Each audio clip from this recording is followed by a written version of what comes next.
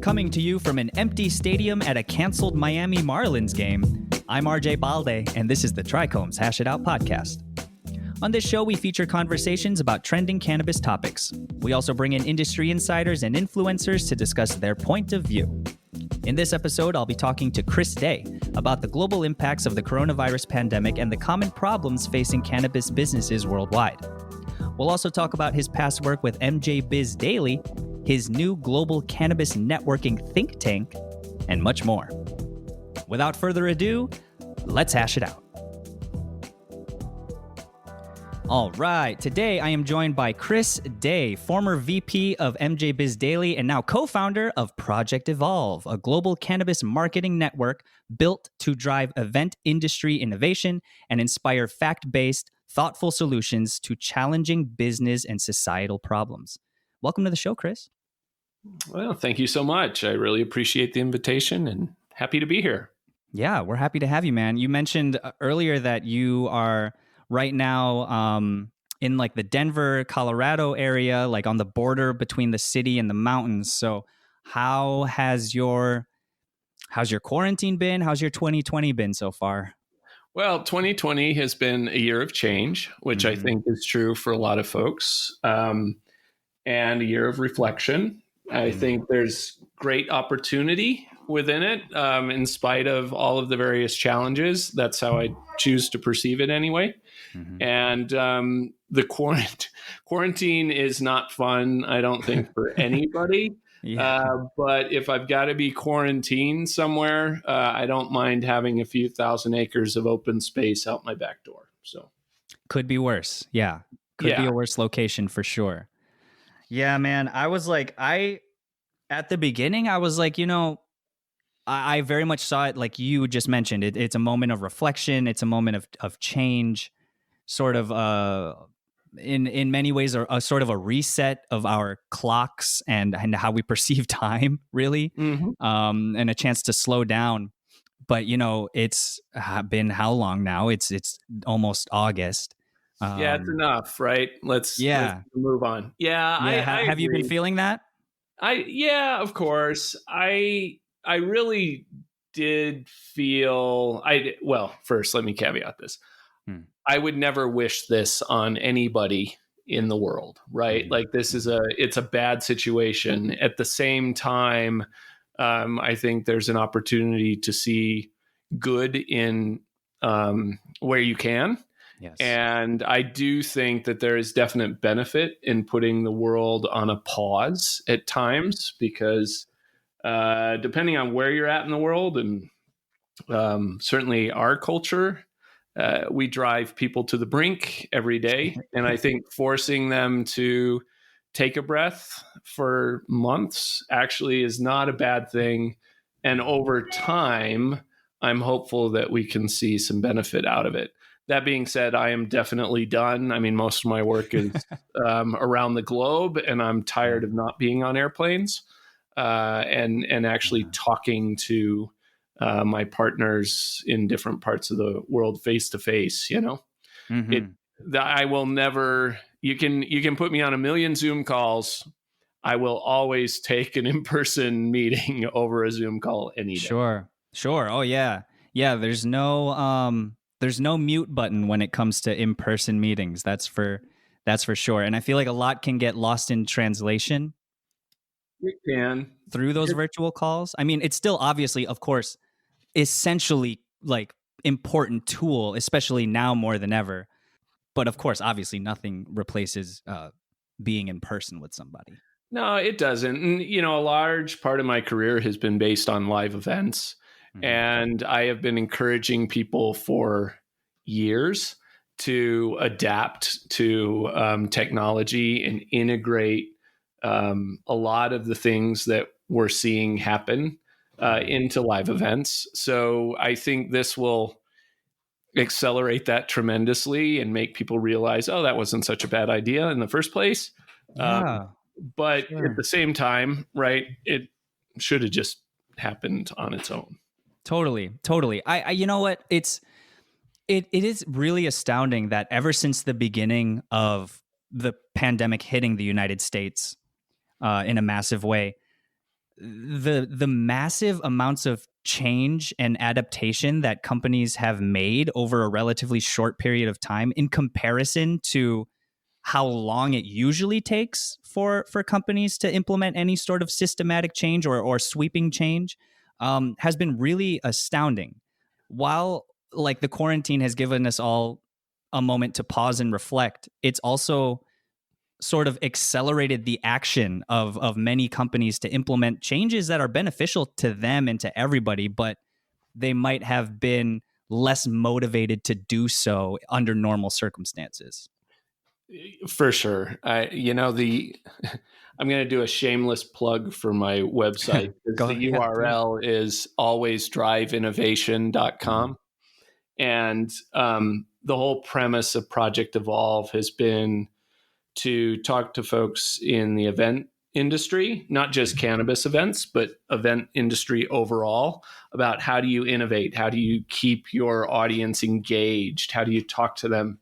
And this has forced massive change in that space. And then, of course, in the cannabis industry itself, through GCNC, talking to companies about how to innovate. How do you raise capital when you can't talk to people face to face, right? Yeah. And how do you create a brand that people listen to, which was already hard enough in a lot of ways prior. Sure. And now all of a sudden, you've got all these restrictions, people hopefully driving up to the curb to pick product up.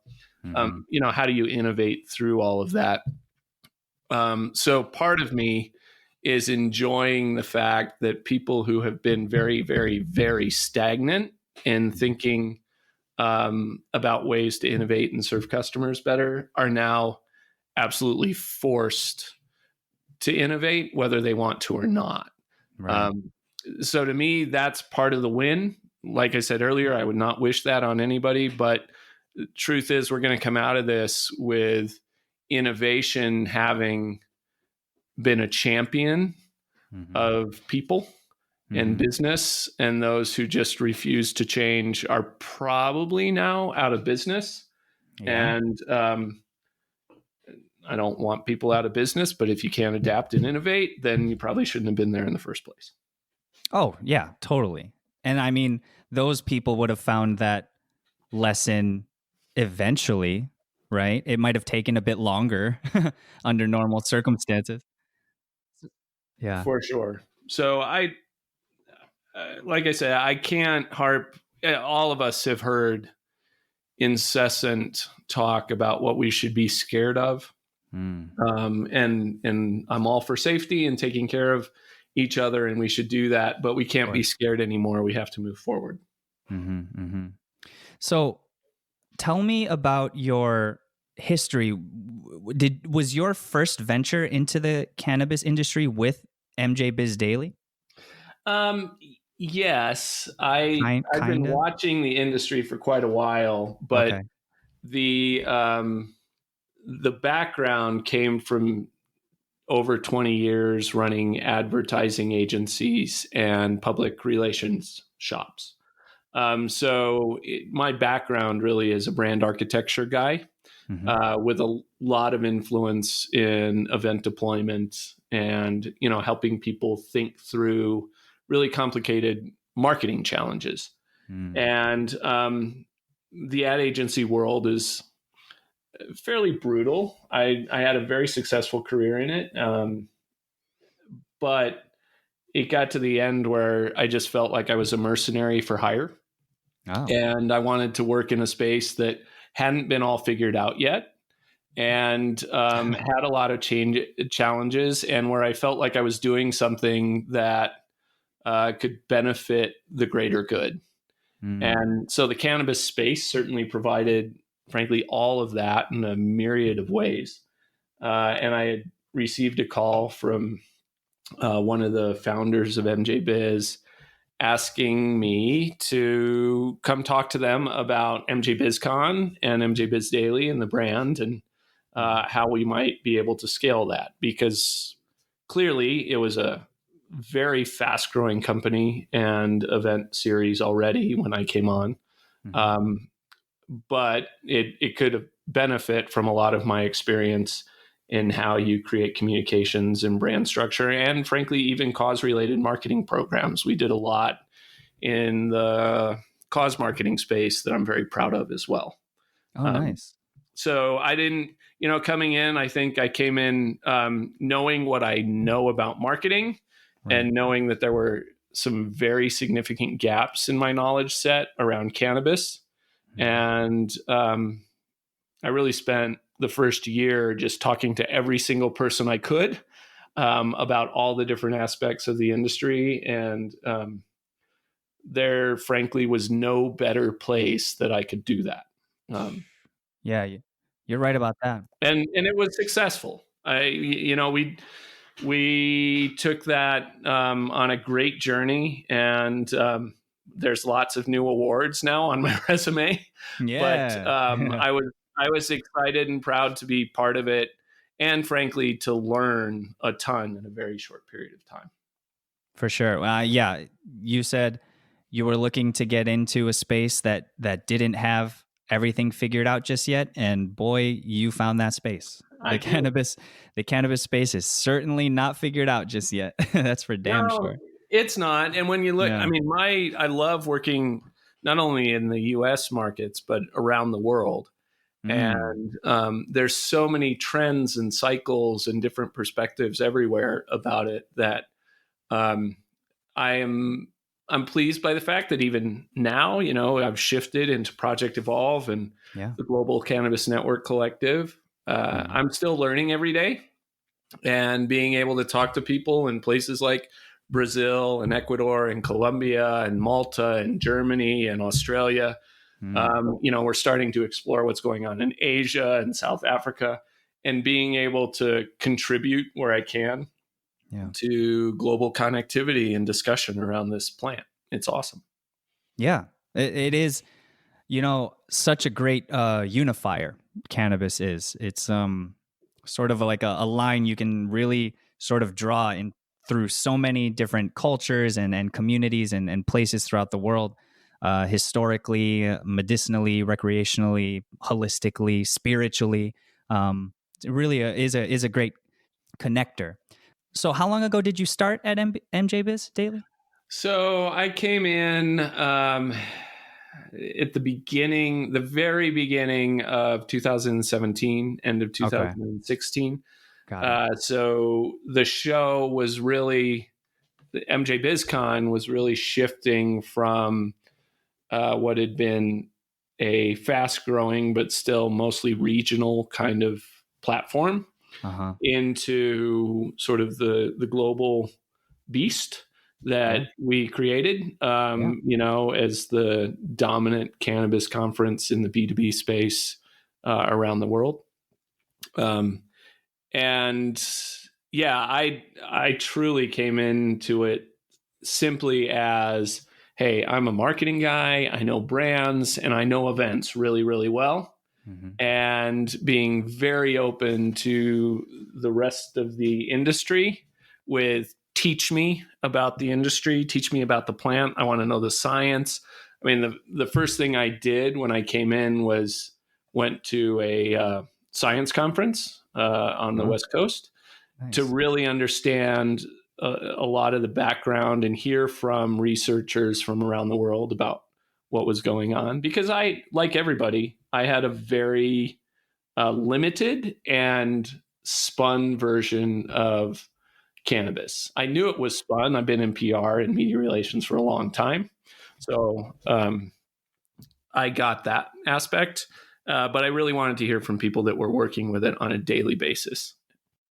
It's so important too to take that initiative to seek out those experts that can give you that knowledge and that you're seeking for, and to really make a point to further your knowledge and your education when you're diving into something like that. Of course. And people are very free with it in cannabis. I mean, that's the other thing. If you take the initiative to learn, it doesn't take very long to shift from neophyte to informed to expert in certain aspects, right? I am never going to be an expert across the board, but I certainly know what I'm talking about now in my areas of expertise. And that's really where we bring teams together to change the world. I love that, man. Now, you mentioned, obviously, when you joined MJ Biz Daily, that's when it sort of turned into this global resource and global entity that it is. You're credited largely with facilitating that growth. So I certainly appreciate that. I had a lot to do with the marketing for sure. Okay. And constructing sort of the brand that really was appealing to the B2B sector. But we've absolutely got to give credit to people like Cassandra Farrington, right, who of course took the initiative and the risk to come up with the concept in the first place and really drive it. So I was excited to work with a team. At that point, it was a fairly small team to really take what was already a solid program and make it a global brand. That was fun. So I've talked to way too many marketers who take way too much credit.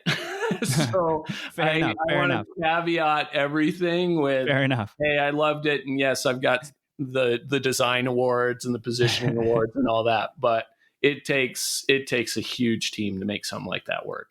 Certainly. Oh, yeah, absolutely. It takes a village. It takes a community. It takes a whole team to do that. So yeah, for sure. One other thing I should point out about that, more than just the team, it also takes an industry that's receptive. One of the things that I was most proud of while I was there was our reconstruction of the industry give back program. So that it really, a large part of MJ BizCon was, of course, about the B2B commerce and building this global market for everybody. But we also tried very hard to position the importance of giving back to the industry as it grew. So not only, sharing knowledge, but making sure that everybody that wanted to participate, that wanted to show up and work, could do so and could be successful at it. So that was a core part of the brand. And I think also a core part of what drove a lot of that success was taking time to understand the history of the industry and those things that were great about it and those things that really needed to be addressed and helped. So, the social inequity aspects and the legalization aspects, and people still to this day who helped transform the world in such a way that this industry could be created, but are now sitting in prison. So I don't want to overlook the importance of that, because it was a huge part of what I think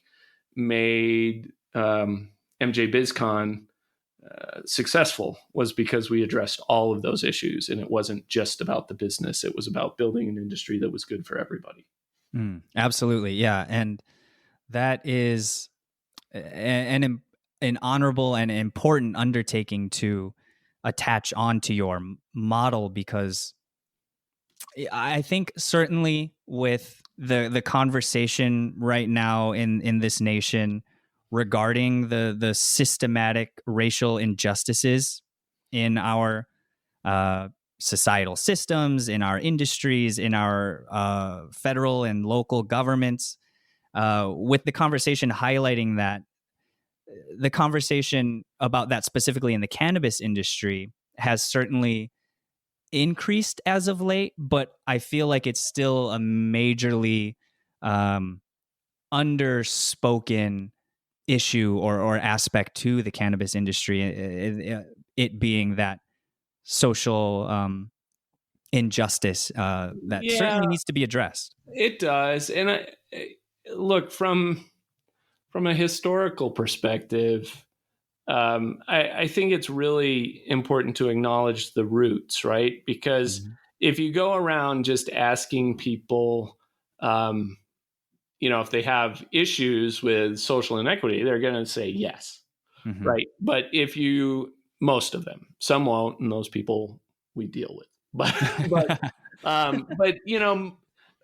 most of them are well intentioned, but they're somewhat uninformed. I have a whole talk that I built when I first came into the industry because I had been living in Texas, which is a state that is really uninformed on cannabis. I was about to say, wow.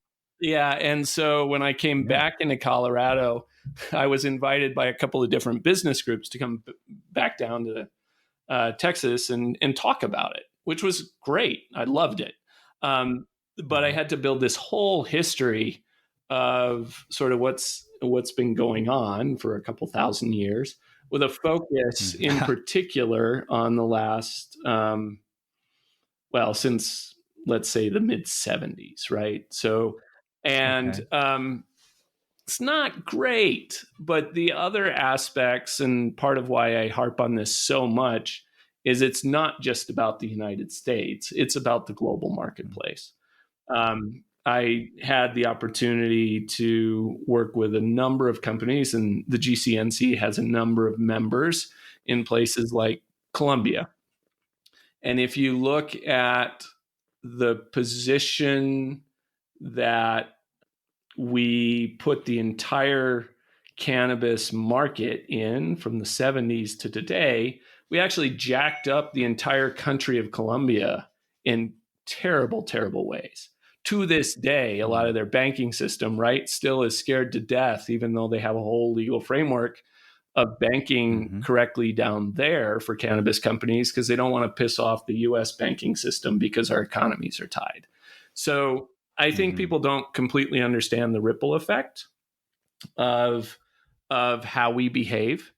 And to me, in addition to being entrepreneurial and loving to make money and do all that kind of thing, I also find work in the cannabis space to be really, really important, because we've got a lot of issues to deal with here in the US, which, we're facing in a myriad of ways.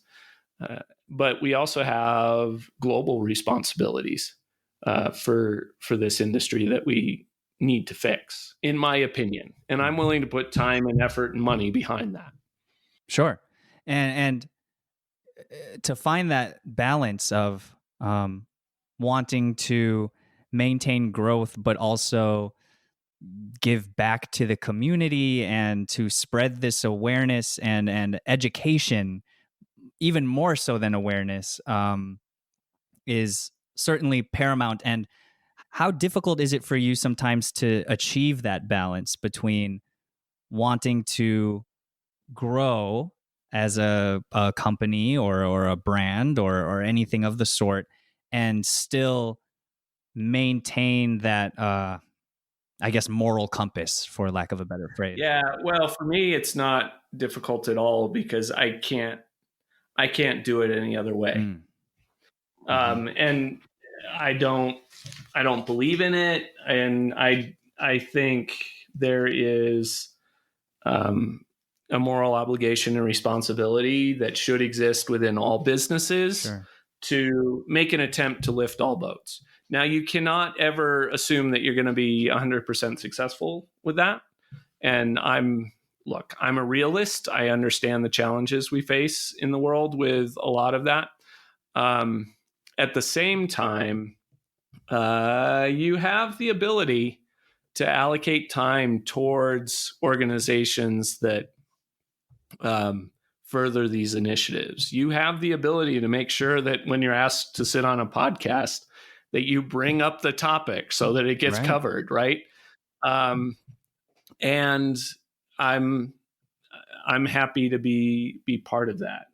I can tell you that I've been called out throughout my career numerous times for pushing initiatives like this. Well, not just in cannabis, but across the board, right? There are a lot of folks who say, "Hey, no, our job is just to get one more dollar out and drive that commerce. And then you as an individual can decide where you put your paycheck.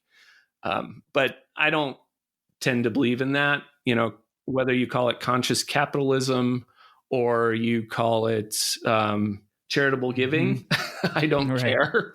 But the important thing is that you have to help out your fellow humans, regardless of where they're from, what they look like, or how they got there. And that to me is important. And it's frankly been pretty easy.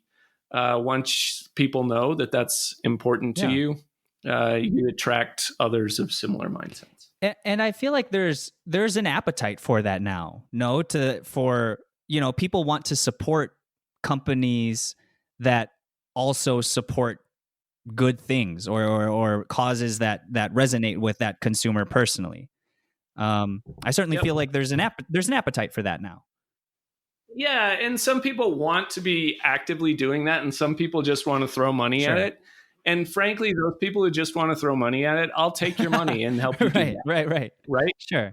So and I will direct it to places that I know make a difference, whether it's cannabis doing good, or it's MCBA or M for MM here in the United States, or a host of other organizations.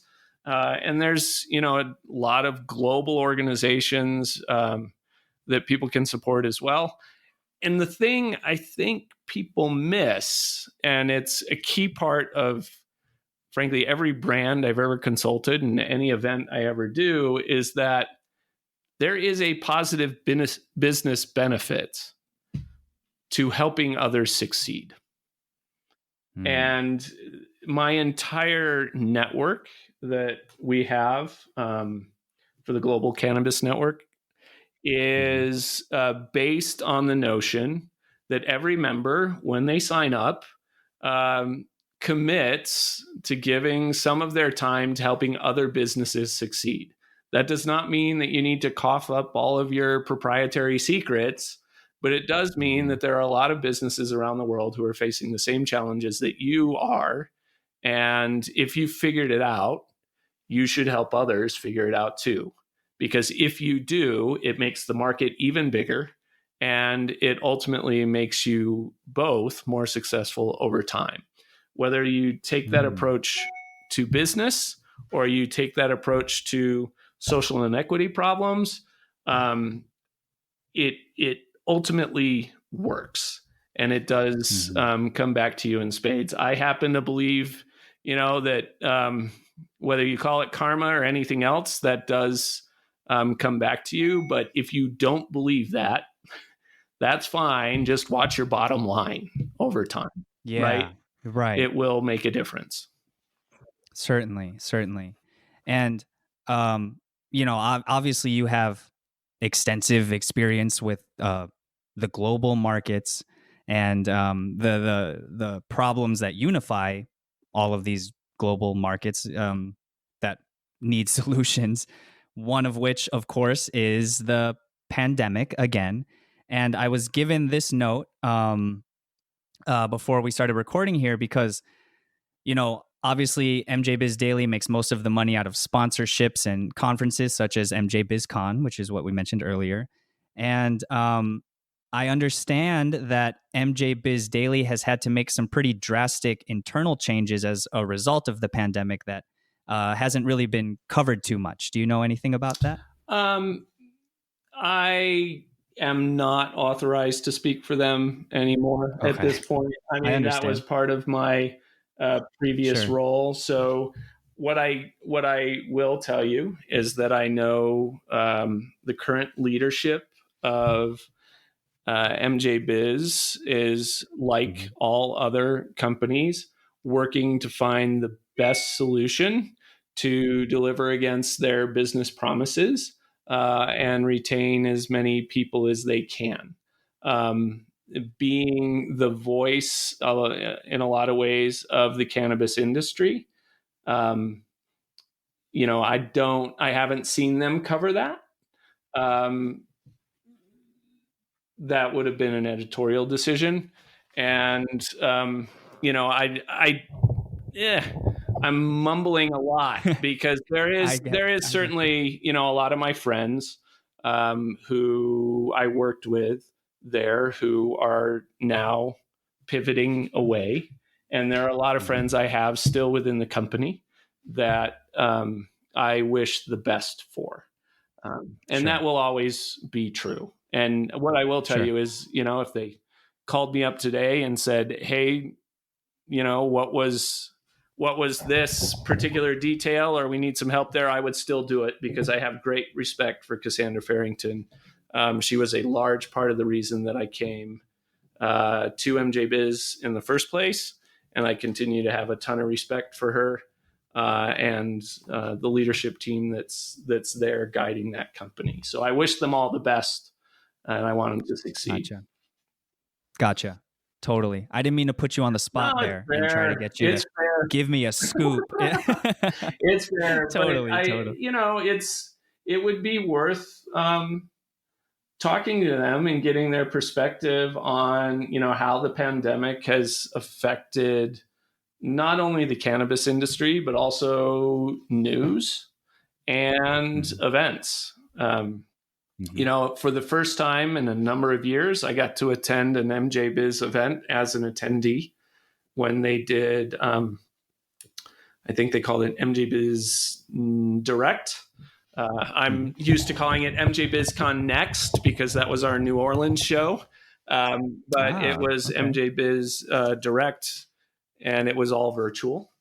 And as an attendee, I did some business, and created some new connections, which is the whole point to those kind of events. So don't worry about putting me on the spot. I'm a big boy. Gotcha. Now, you obviously have event industry expertise.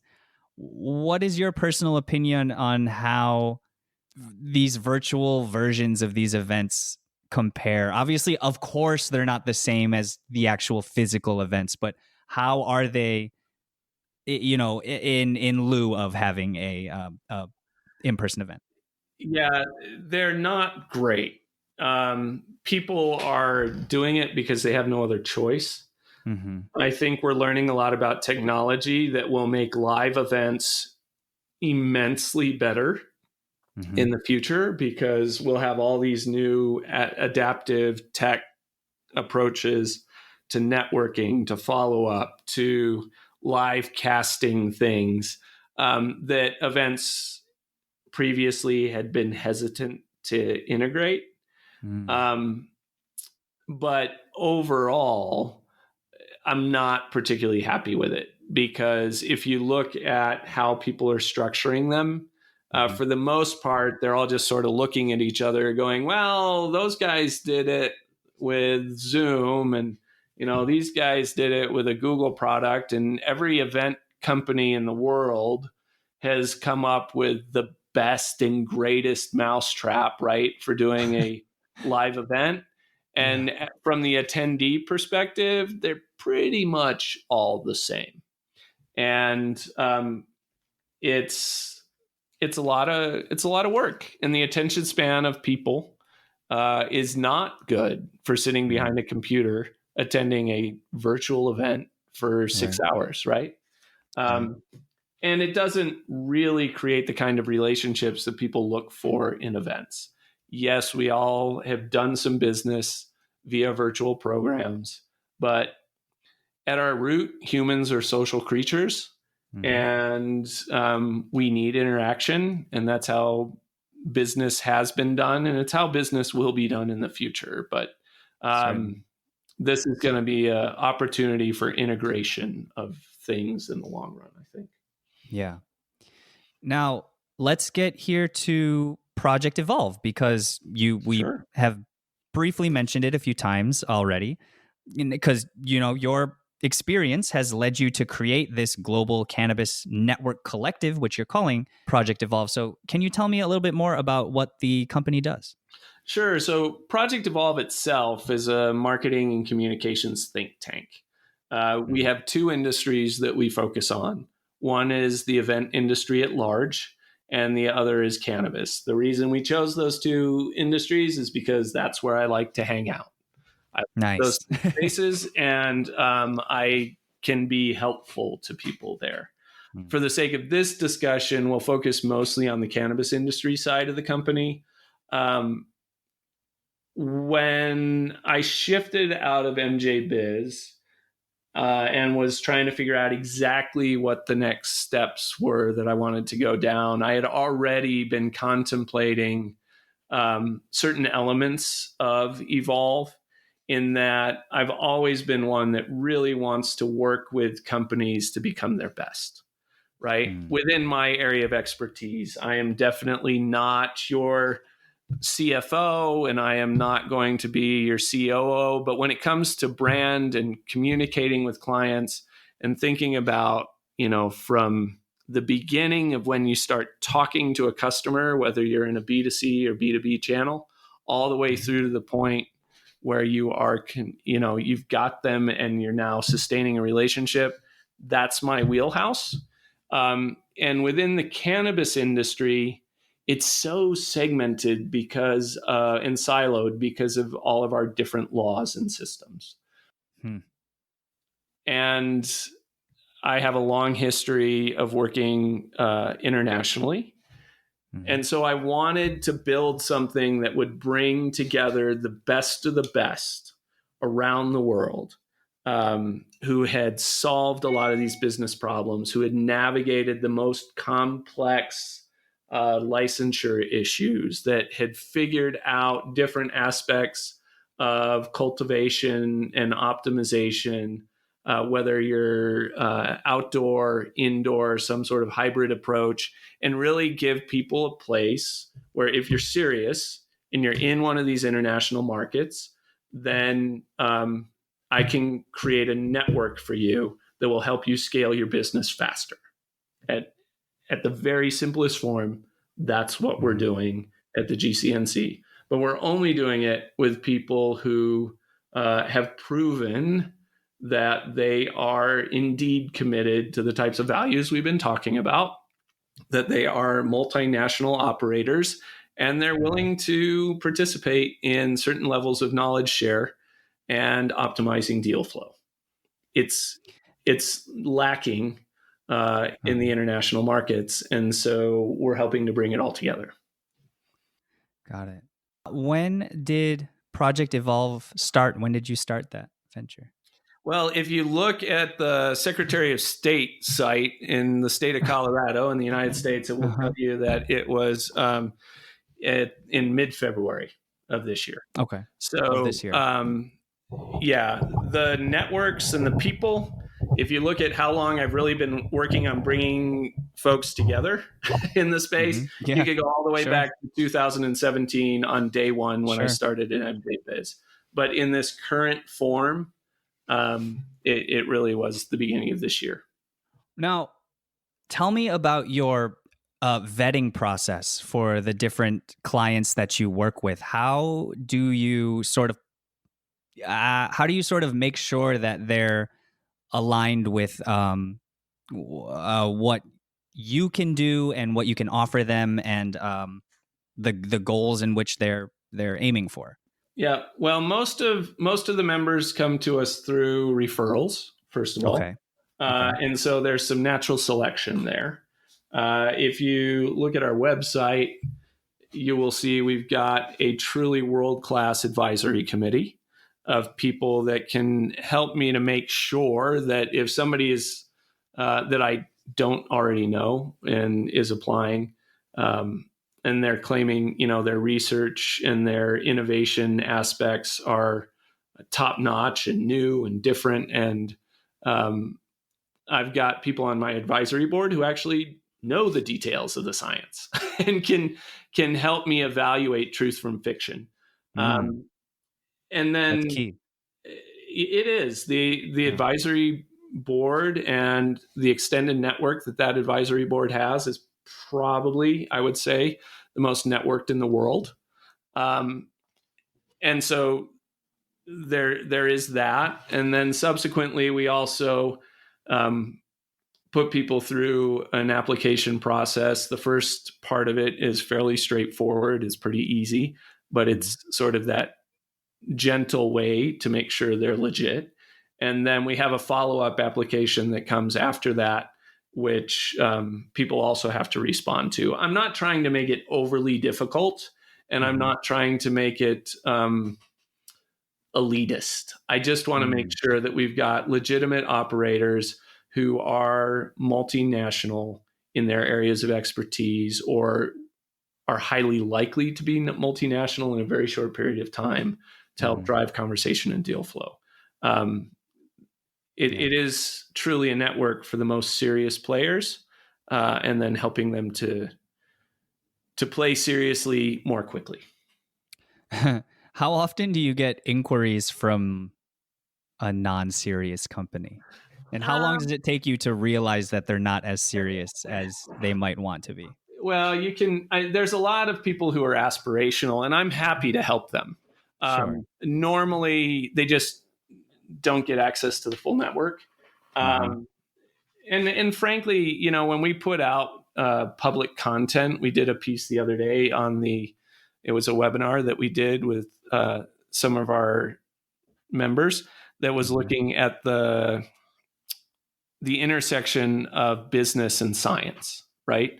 And I had folks that worked with various research teams out of Israel and Europe and the United States, and we were talking about this. I've made part of that public. Again, it's not supposed to be some sort of elite group that's hiding behind closed doors.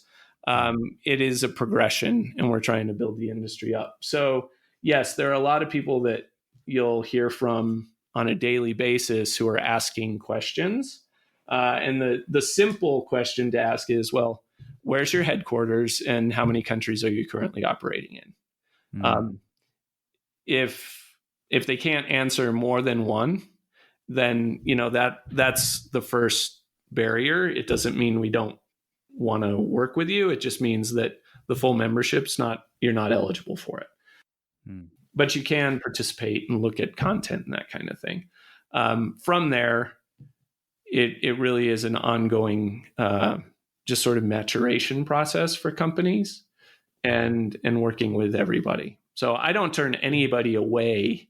I just don't take your money for membership if you're not ready yet. Because if you can't play in that space quite yet, or you're not quite ready for it, you're not going to get what you're hoping for. And I'd just be wasting your money. That's good. You know what? That's a good approach to take, because there are certainly, I don't want to be pessimistic, but there are certainly opportunists out there that might not might not care as much about that person's growth, and is like, oh yeah, certainly I'll take your money and do whatever, even if I don't feel you're ready for it. But to focus on helping everyone else grow, it's good on your part in the end, because you're associating yourself with these companies and these groups, and so you want to make sure that who you're associating with is also legit. So it makes sense to me. And part of the membership is, these companies are stating they're working to help each other. And so if I don't do my job and make sure that companies that are ready for that are integrated in, then I'm disappointing the network, and I'm putting the new member in a bad position. Because, if you are a multinational operator based in one continent and you're exporting to another continent and to 3 or 4 different countries, and you've got this whole net, you fought hard to make that happen. That does not happen by accident. And you've learned a lot of different things to get there. And if I've got someone who's brand new in the space and just trying to figure out how do I get my cultivation facility up in this new emerging market, you can learn from these folks, and I will give you that information for sure. But if I start positioning you that you're ready to help them now come into your country and do a whole partnership collaboration, you're going to get buried. And so that is definitely not the goal. Right. So, yeah, definitely. Right? We want to help expand the global marketplace. Yeah. We want to stay above ground as long as we possibly can. That's for right. That's for sure. Can you tell me about the GCNC Speakers Bureau and what role that plays in Project Evolve? Sure. So a lot of our members, because they are the best of the best in the world, are interested in speaking, but they don't necessarily have all the time to go out and figure out what the right events are for them. And I have an event partner network already established with the GCNC. And a lot of those folks come to me asking who I think experts are that would, speak on a certain topic. And so I can help make that happen. And of course, I also don't mind having access to experts that I can create our own content with on top of that. Right. So it's a dual benefit for sure. But if you have 200 of the top cannabis CEOs in the world inside your speakers bureau, it's a nice place for my event partners to come and ask for some help in programming, because programming for events is hard. Yeah. Don't have any experience coordinating events, but I can only imagine. Yep. I was just glad I was not on the direct sort of speaker vetting team at MJ when I was there, because that was a really tough job for a whole lot of people to make sure that the caliber stayed strong. Sure. And it's also difficult for, my event partners now. So if I can help make that easier, they're much more likely to extend certain benefits to our members. Certainly. It becomes a lift all boats kind of scenario. Gotcha. Yeah, for sure. And so you mentioned this earlier. We've been mentioning it throughout the show, but part of Project Evolve's mission is to connect global cannabis problems with global cannabis solutions. And you mentioned that your advisory board includes members from Canada, Mexico, Israel, Switzerland, Malta, Australia, Colombia, and the US. Yep. So what are the global cannabis problems that you see everyone has in common besides the pandemic? Yeah, well, I mean, the not so sexy items, right? Sure. Everybody's got issues with licensing, depending on where you're at. Everybody has issues with banking. Doesn't matter where you're at.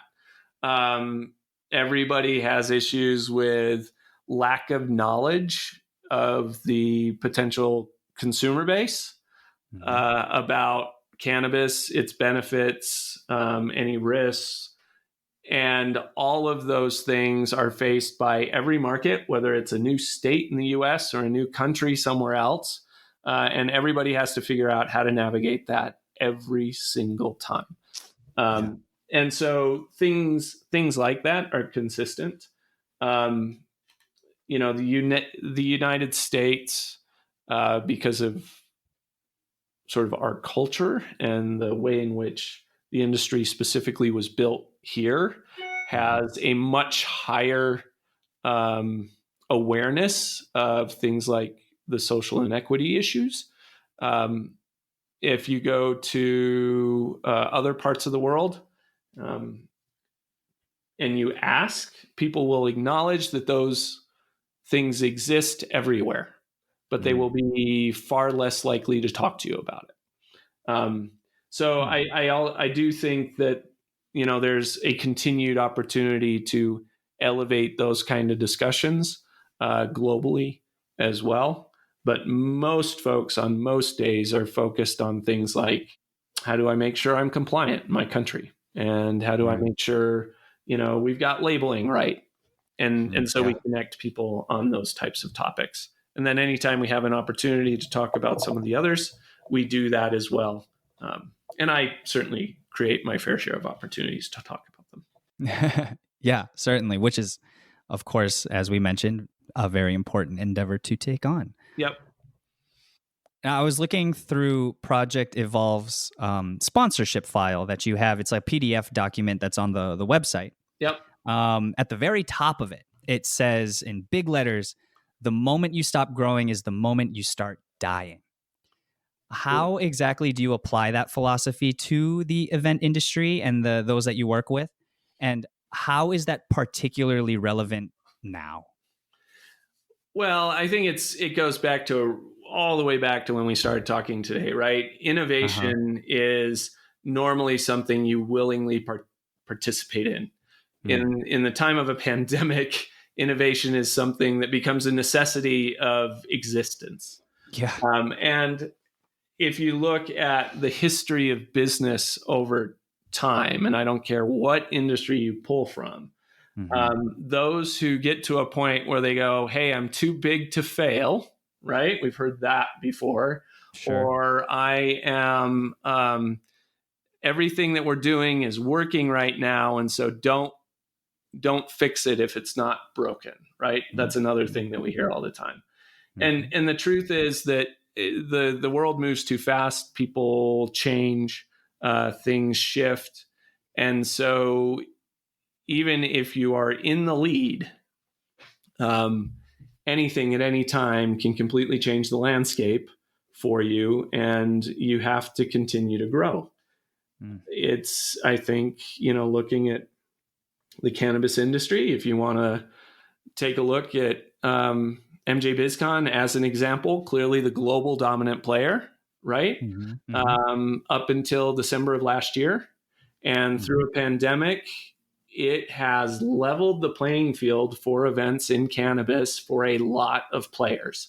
And I would argue that while the leader continues to be able to own that space, there's a lot of opportunity for others to take a huge amount of market share through innovation. And we saw that with tech companies in the late 90s when we had the tech boom and bust, and we're seeing that now in cannabis, and we see that in events.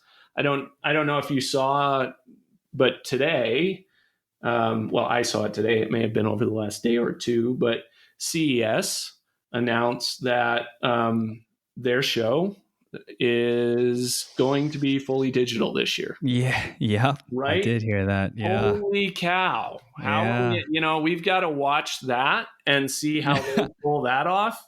I have a pretty good relationship with a number of people over at South by Southwest, right?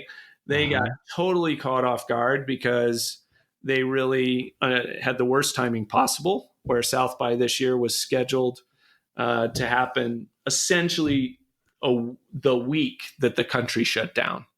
And so watching how they have tried to pivot and innovate and just keep afloat has kind of worked. I hope that they can make it back, because that's a festival that everybody loves for a lot of reasons. It'll be interesting to see if CES has learned from everybody else about what's working and what hasn't. If there is one event globally that you could look to and say they should have a great opportunity to be successful, I would argue it's them.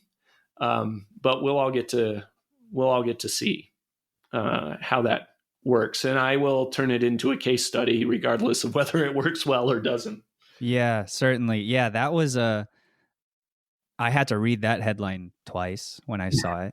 Yep. For sure. Yeah, I really thought they were going to try and take a run at it. I'm not sure. Me too. As they decide, as is obvious by their decision, they didn't feel like it was worth the risk. And their attendance, of course, would have been way, way down. And so maybe they just didn't want to have that. But I was, gotta admit, moderately surprised that they decided to punt. Yeah, me too. Because the event is traditionally in Vegas, no? Yeah. And Vegas is open, as far as I know. So, it is. Yeah. It is and it isn't. Like, it's open in the sense that you can go, but it isn't in the sense that we're all used to Vegas, right? Yeah. Having hosted a lot of events and participated in a lot of events in Vegas over the years, I think it's going to take certainly a year, if not 2 or 3, before things really get back to normal there. Certainly. But bless them for trying. I mean, I am. Yeah. I will go personally with all the precautions, but I will go as soon as I have an opportunity to a conference in Vegas. One, because I think it's important from my perspective in consulting events to do so, but also just to show support for event producers in all industries, because it's a pretty quiet stat, but to see the hundreds of thousands of jobs that were lost in that space literally overnight, the sooner we can get back to rational approaches to live events, the better. Yeah, certainly. Well, when you do head out there, man, I wish you all the best, and I hope you stay safe, and I hope you stay well.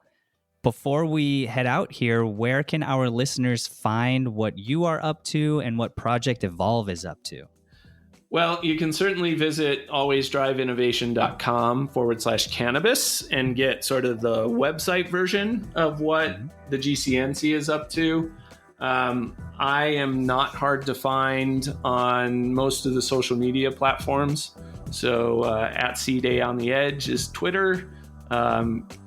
Chris_Day_Cannabis Marketing is me on Instagram, and just type my name in with the word cannabis on LinkedIn and you'll find me.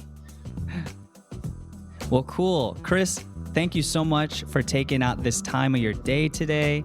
I really appreciate it. I really appreciate the work that you are continuing to do for the global cannabis market.